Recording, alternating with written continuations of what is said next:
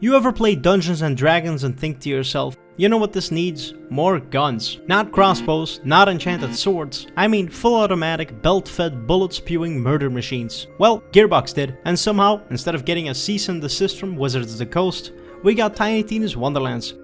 It's equal parts Borderlands chaos, medieval roleplay cliches, and the unfiltered imagination of a narrator who is cracked out of her mind on one too many monster energies. Released on March 25th, 2022, Wonderlands is the first Borderlands title to ditch the numbered sequel format. No 4, no pre-sequel. No eye-catching subtitle about looting and shooting, just Tiny Tina's Wonderlands. But, in fairness, this isn't just Borderlands with a fantasy skin. This is the first time in series history that you create your own fully customizable character instead of being handed down a vault hunter with pre-packaged snark and a tragic backstory. It's also the first time grenades are completely gone, replaced by spells that range from a little spark to magical nuclear warhead. The result is a weird hybrid of looter-shooter mechanics and tabletop fantasy theming, a bizarre cocktail that sometimes tastes incredible and other times feels like someone swapped your ale for a week-old soda. But before we start rolling for initiative, let's go back to the beginning and talk about how we even got here.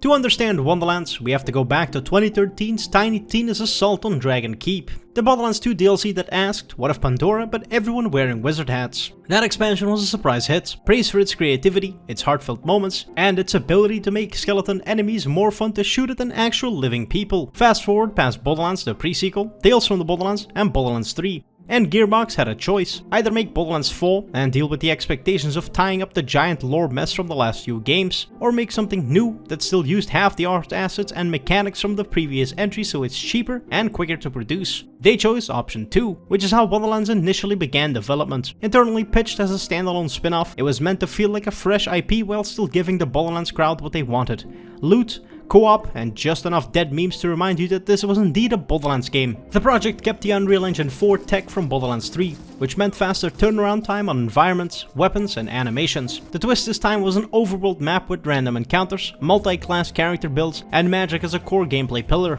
In other words, Borderlands 3.5 wielding a wand and wearing a wizard hat. Gearbox also decided to pull in big name talent for the voice cast. Will Arnett voices the main villain, Dragonlord, bringing a disinterested I could be doing literally anything else type of energy to the role. Additionally, Andy Samberg and Wanda Sykes played the roles of your co-dungeoneers, Valentine and Fred. And of course, the returning anchor is Ashley Birch as the titular Tiny Tina.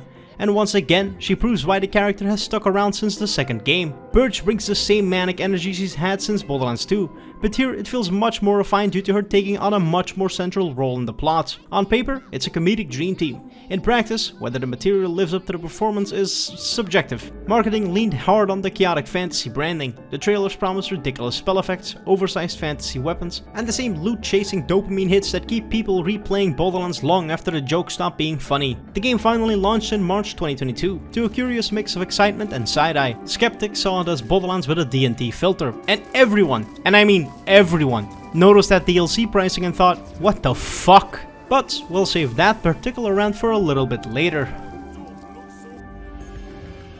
Visually, Tiny Tina's Wonderlands looks exactly like Borderlands 3, which shouldn't surprise anyone. It's the same engine, the same art style, and in some cases, probably the same texture files shuffled into new folders and given fantasy-themed names. You'll recognize the trademark shell shading immediately. The thick black outline around everything makes Borderlands look like a playable comic book, and once again, Gearbox nail it. But just because the underlying tech is familiar doesn't mean the environments aren't worth talking about, because the Wonderlands are gorgeous. The fantasy setting really let the art team go wild with color palettes and skyboxes in ways that the dusty wastelands of Pandora never allowed. This time, we get floating islands decorated with waterfalls, sprawling coral fields, and ginormous castles that look like they were built purely to make concept artists feel good about themselves. Some of the standouts for me, Tangle Drift. Basically, if someone put a lush fantasy village in the middle of a sky-high beanstalk and let you parkour around it via magical plants. Sunfang Oasis, a perfect mix of golden sand and turquoise waters. And then there's the Wark 2 Shallows and the Drowned Abyss, my two personal favorites. I'm a sucker for anything with an underwater or nautical theme,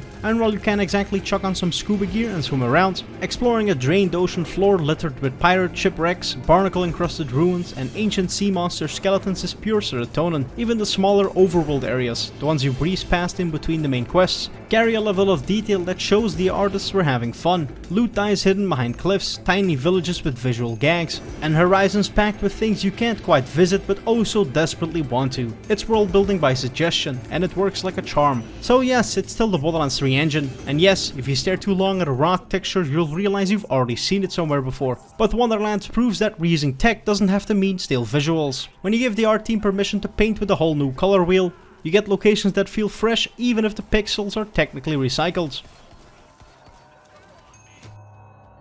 Audio-wise, Wonderlands plays it safe. If you've played Borderlands 3, your ears will feel right at home. The mix is clear, the voice lines cut through combat noise, and the gunfire, well, that still sounds fantastic. One of the more subtle wins here is how the reworked guns sound. Because remember, these aren't just Pandora's assault rifles and SMGs with a dragon sticker slapped on the side. Gearbox actually rebuilt a good chunk of the arsenal with new sound profiles to match their new identities. The result is a crisp, satisfying punch to every shot, whether it's the bassy boom of a hand cannon style pistol, the snappy crack of a semi-automatic rifle, or the sizzling whine of an elemental SMG unloading into a skeleton's ribcage. Everything has weight. It's a kind of design you don't consciously notice until you pick up a new gun and think, yeah, this feels good. And yes, feels. Because in shooters, sound is half the sensation of firing a weapon. Wonderlands nails that, even if it's not reinventing the wheel. The magic effects get similar treatment. Spells have distinct audio cues that make them easy to recognize mid-fight. Icy shards burst with a frosty pop. Fireballs hum with that deep woof as they leave your hand. And chain lightning crackles like it's auditioning for a Thundercats reboot. They're playful, but they still hit with impact, which is exactly what you want in a looter shooter built on fast feedback loops. Outside of combat, the soundscape is clean and atmospheric. You've got ambient chatter in villages, echoing caves that make your footsteps sound 3 times more dramatic,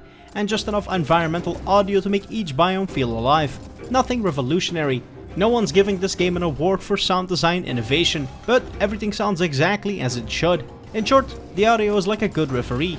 You notice it when it's great, but it mostly does its job quietly in the background, keeping the chaos feeling smooth. Wonderlands might not push new boundaries in how it sounds, but between the gunfire and magical pyrotechnics, it keeps your ears just as entertained as your eyes.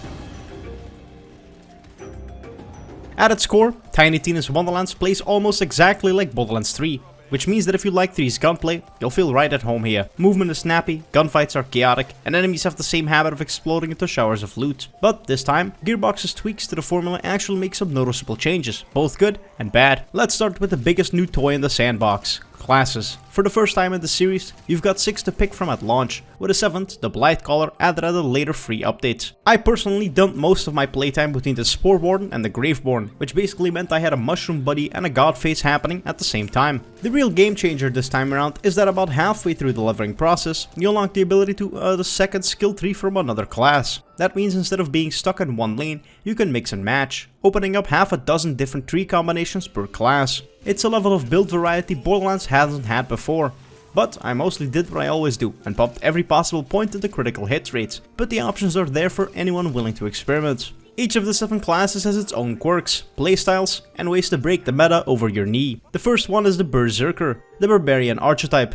Big weapons, big damage, and absolutely zero regard for personal safety. They're specialized in frost damage and melee attacks. Great if your strategy is become the problem. Next up is the Clawbringer, a paladin with a pet wyvern. They deal fire and lightning damage and can bonk enemies with giant hammers, making them a solid mix of melee and elemental power. If you've ever dreamed of cosplaying Thor and how to train your dragon at the same time, this one's for you. The edgy class is Graveborn, a warlock specializing in dark magic, constantly sacrificing their own health to summon minions and deal massive damage. They're high risk, high reward, and pair disgustingly well with dark magic's lifesteal spells. Especially fun if you like living on the edge of death at all times. Spellshot is the dual-wielding spellcasting mage. Their main gimmick is swapping guns for magic on the fly, chaining spells together and turning cooldowns into suggestions. Ideal for players who think reloading is beneath them. Spore Warden are the ranger types. Comes with a mushroom companion that poisons enemies and a skill set focused on range critical damage. Great for long range gameplay and for anyone that's always wanted a sentient fungus as a best friend. Next up is the rogue type, the Stabomancer.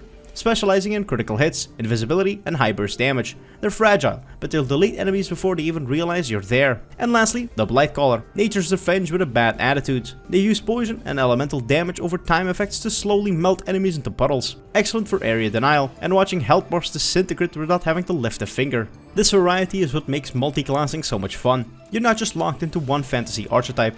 You can mix a stealthy Stabbomancer with the survivability of a Graveborn, or pair a frost-spewing Berserker with a spell-slinging Spellshot and become the magical equivalent of a Warcrime. Character customization is another big first for the series. Instead of having to pick from a group of pre-made Vault Hunters, you get to build your own Fatemaker from scratch.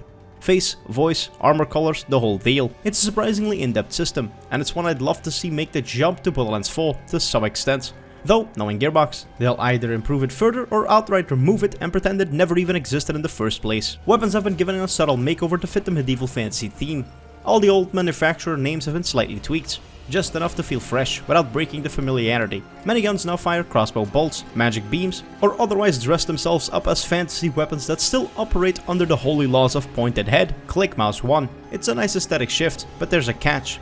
Early game weapons are often slow, clunky, and stuck in either single shot or burst fire modes. Combat doesn't really open up until the late game, so the first 20 to 25 levels can feel like a real slog. The kind of slog where you start bargaining with yourself just to keep going. Once you've powered through that hump, however, the gear system really shines. Wonderlands lets you equip up to 11 different pieces of gear at once. You've got the 4 classic firearm slots, your shield slot, now named wards because fantasy, and then some new friends, rings, amulets, and spells. The first 3 are trinkets that provide stat boosts, things like extra damage to certain enemy types or faster reload speeds. Spells replace the old class mods and act like magic grenades, except they recharge automatically and come in absurd amounts of variety, summoning hydras, calling down meteors, or launching homing magic missiles.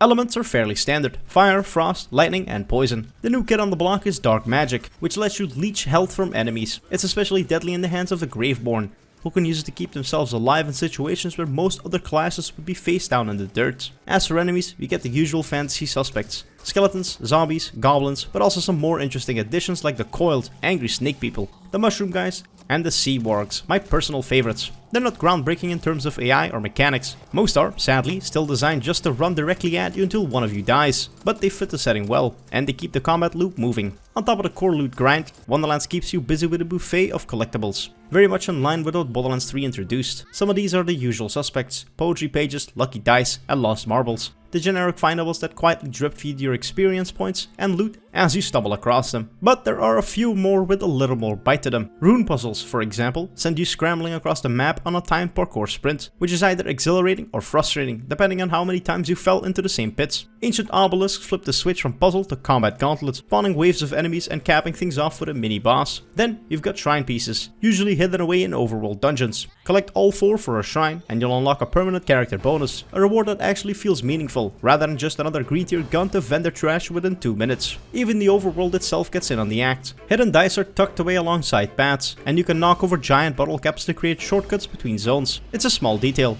but it makes the overworld feel more alive, less like a glorified menu screen, and more like an actual board game with secrets tucked into every corner. The end result is a gameplay package that's comfortably familiar but dressed in enough new clothing to keep things interesting, at least once you slog through that slow start. Wonderlands doesn't reinvent Borderlands combat, but it refines and expands it in ways that makes me hope some of these systems, especially full customization, become permanent staples for the franchise. The setup for Tiny Tina's Wonderlands is simple, but honestly, that works in its favor. Instead of juggling 50 subplots, galactic stakes, and villains who sound like rejected Twitch streamers, the game keeps it small and focused. Tina is running a session of bunkers and badasses, an in-universe knockoff of Dungeons and Dragons. At the table with her are Valentine, a cocky space pirate, Fred, a snarky robot companion, and a newbie, a fresh player that just so happens to be you. It's a clever framing device, because the entire campaign is filtered through Tina's narration. She sets the stage, decides the rules, and occasionally throws a tantrum when things don't go her way. Your Fatemaker's quest? Take down the Dragon Lord. He's not the deepest villain in the world, but his "I'm evil, but I'm also exhausted by how evil I am" energy really sells it. What keeps the story engaging is how much the table talk bleeds into the campaign itself. Valentine and Fred are constantly chiming in with commentary and banter, critiquing Tina's writing, questioning her logic, or arguing about what counts in the rules. And instead of derailing the pacing, it actually makes the adventure more immersive. When Valentine complains about a plot hole, Tina literally scrambles to rewrite the scene, and the environment will change in real time. You get teleported into the void, monsters spawn because reasons, and sometimes entire quests get recontextualized on the fly. Begins to rise from the ground. Woo! Returning to the heavens from whence it came. You're really not going to admit you dropped that on accident, are you? I have no idea what you mean.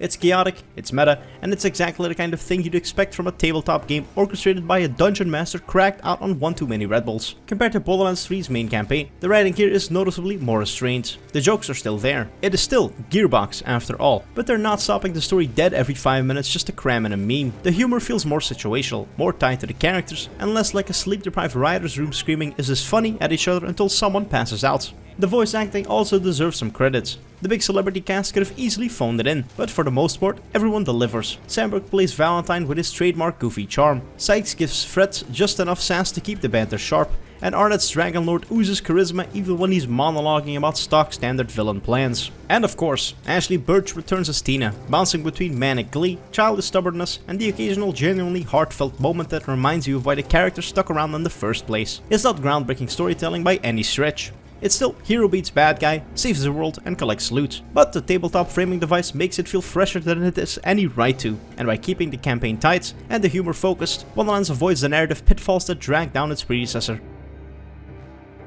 So, you've beaten the Dragonlord, saved the Wonderlands, and rolled credits. Now what? If this was Borderlands 2, you'd probably just start a new playthrough or span through raid bosses trying to farm god rolls. If this was Borderlands 3, you'd be staring down the barrel of mayhem levels and guardian rank grinds until your brain started to leak out of your ears. Wonderlands takes the latter approach, but dresses it up in enough new systems to at least feel a little fresher. First up is myth rank. Once you hit the level cap, 40 in this case, your XP bar doesn't just stop filling. Instead, it starts feeding into a whole new progression system that's basically Borderlands 3's Guardian rank but with a new coat of paint. It's split into 4 categories: Druid, boosting companions and pets; Archmage, amping up your spell damage; Blade Master, which buffs your melee weapons; and Deadeye, stacking buffs into your firearms. It's a very grindy system, but a satisfying one. Every rank up feels like you're slowly nudging your character into absurd levels of broken. And it's tailor-made for the kind of player that thinks endgame is just a synonym for second job. But the real star of the post-game are the Chaos Chambers. Think of it as an infinite dungeon. A roguelike mode where you clear randomized arenas, fight waves of enemies, and collect crystals you can trade for loot at the end of your run. The deeper you go, the tougher it gets.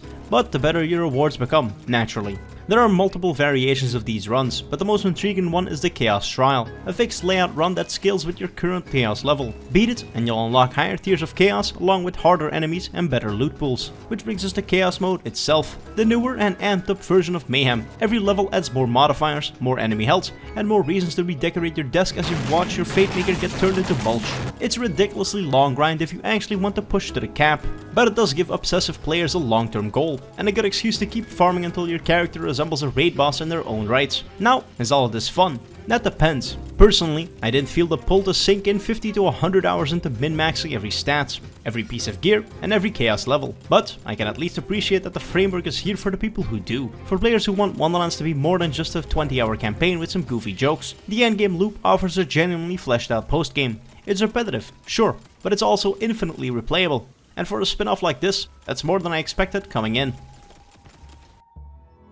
Wonderlands landed with a mix of fanfare and skepticism, and that's reflected in its reception. According to review aggregator Metacritic, critics gave it generally favorable reviews, with common praise for its energy, humor, and class mechanics, but criticism for its familiarity and some dated design quirks. On the gameplay side, reviewers were pleasantly surprised by how well the class system fit into the Borderlands formula. The multi-class system in particular was seen as a highlight, adding depth and build variety in a series that has often felt too rigid with its character archetypes. Coupled with the vibrant art direction and a wide range of locations to explore, Wonderlands came across as colorful, playful, and easy to lose yourself in for a while. That said, the criticisms were consistent. Many outlets argued that, underneath the D&D paint job, Wonderlands didn't stray far enough from Borderlands 3. IGN, for example, mentioned that while it was fun, it also felt like I'd played it all before, and that sentiment echoed across most reviews. Some felt that the HUD and quest flow were clunky, others that the loot loop was still as uneven as ever, and nearly everyone pointed out that the mission structure and enemy encounters could get repetitive once the novelty of the setting wore off. Fans echoed a similar split. Some players praised the game as a breath of fresh air, a lighter, funnier detour from the main series, while others dismissed it as Borderlands 3.5 with a fantasy filter.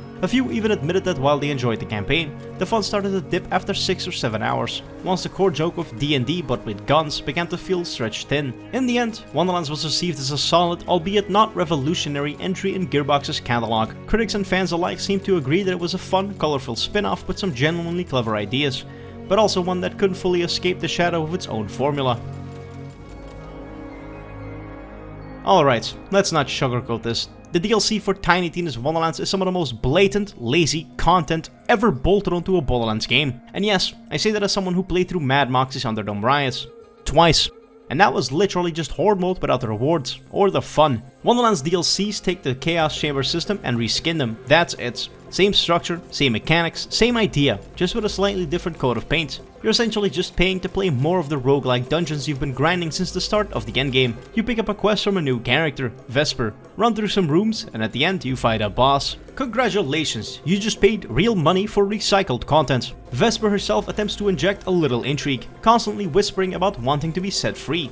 Sounds interesting, right? Like maybe there's going to be a payoff where she reveals her true motives. Well, sort of. By the third DLC, you're squaring off against Fyodor the Soul Warden, a jailer who repeatedly warns you that you don't know what you're doing, and that unleashing Vesper will have dire consequences. It seems like classic foreshadowing, setting up what could have been a final battle where you confront Vesper herself. Except, nope.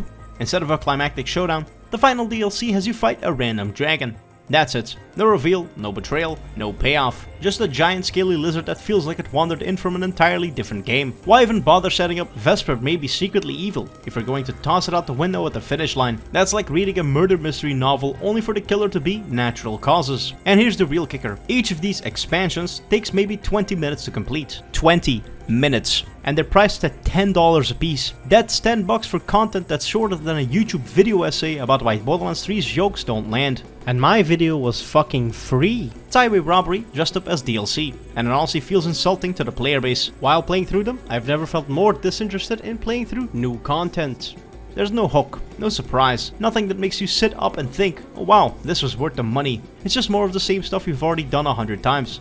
Only this time your wallet is $10 lighter for the privilege. Looking back, I can't believe I actually poured over 50 hours into this game when it originally released on Epic. I must have been depressed, or at the very least deeply bored with life at the time, because surely there were better ways to spend my time than paying to replay reskinned Chaos Chambers. If there's a silver lining to be found here, it's that Borderlands has a history of bouncing back from weak DLC. The original had a shitty Horde mode, but Borderlands 2 had Tiny Tina's Assault on Dragon Keep.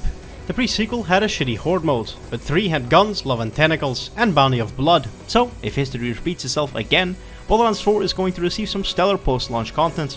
But as for Wonderlands, its season pass was one dragon-sized disappointment. Looking back at Wonderlands, it's an odd piece of the Borderlands puzzle. On the one hand, it's a colorful, creative spin-off that dared to step outside of Pandora's wastelands and embrace a whole new theme. On the other hand, it never fully escaped the gravitational pull of its own formula. For every fresh idea, multi-classing, spellcasting, the tabletop framing device, there's also a familiar grind, a recycled system, or a DLC pack that feels like it was pulled straight from the minimum viable product folder. That duality is why Wonderlands occupies such a strange spot in the franchise's legacy. It isn't despised like Wolfenstein Youngblood, but it isn't adored like Assault on Dragon's Keep either. Most people who played it remembered it as fun for a while, a quirky detour with some neat ideas, but not the kind of landmark entry that shifts the needle in any notable direction. From a business perspective though, Gearbox definitely saw it as a success. The game reportedly exceeded Take-Two's sales expectations, proving that the Borderlands brand still had pulling power even when the core Vault Hunter narrative was put on hold. In that sense, Wonderlands may have bought Gearbox some breathing room, a way to experiment while still keeping investors happy, and maybe test drive a few mechanics of Borderlands 4 without the pressure of messing up the mainline entries. But ask fans about Wonderlands now, and you'll get a spectrum of shrugs. Some will tell you it's the most fun they've had with the series since 2, while others will say they dropped it the moment they finished the campaign. And a lot of people, myself included, remember it less for its innovations, and more for the disappointment of its DLC model. That season pass left a bad taste in the community's mouth, and it definitely overshadowed what could have been a much stronger legacy. So, that's Tiny Tina's Wonderlands. A game that dared to roll the dice, and in some ways, it actually paid off. The fantasy setting was a breath of fresh air. The class system gave the series a much needed injection of build variety, and the framing device of Tina running the campaign was one of the sharpest narrative choices Gearbox has made in years. And for a spin-off, that's not nothing. But for every clever idea, there's a nagging reminder that this is still Borderlands business as usual. Grinds that outstay their welcome, early game weapons that feel like pea shooters, post-launch DLC that's insulting in both price and creativity. And the sad truth is that most people probably won't remember Wonderlands for its best ideas. They'll remember it as that fantasy Borderlands game that worked until it didn't. And yet, I can't call it a waste of time. If nothing else, Wonderlands proved that the Borderlands formula can stretch beyond Pandora and survive in a new setting. It showed that players actually like having deeper customization, multi-classing, and spells that aren't just carbon copies of grenades. It showed that the franchise didn't need to chain itself to 4 Vault Hunters and the same desert planet every few years. Which brings us to Borderlands 4. Whatever form it takes, Gearbox now has a clear checklist. Take the good from Wonderlands, the creativity, the customization, the focused writing, and leave behind the filler, the recycled DLC, and the grind for grind's sake mentality. If they can do that, maybe Borderlands 4 can be the big comeback the franchise needs. Wonderlands might not be the crown jewel of the series, but it's a solid stepping stone, an experiment, a messy, uneven, occasionally brilliant detour. And as far as I'm concerned, if this was a warm-up act, then Borderlands 4 better bring the house down. So, thanks for watching to the end of this video. If you enjoyed, do all the YouTube things, as they really help me out. I upload every single week, unless I don't. And as always, I've been Xenivus. More videos soon. Ish.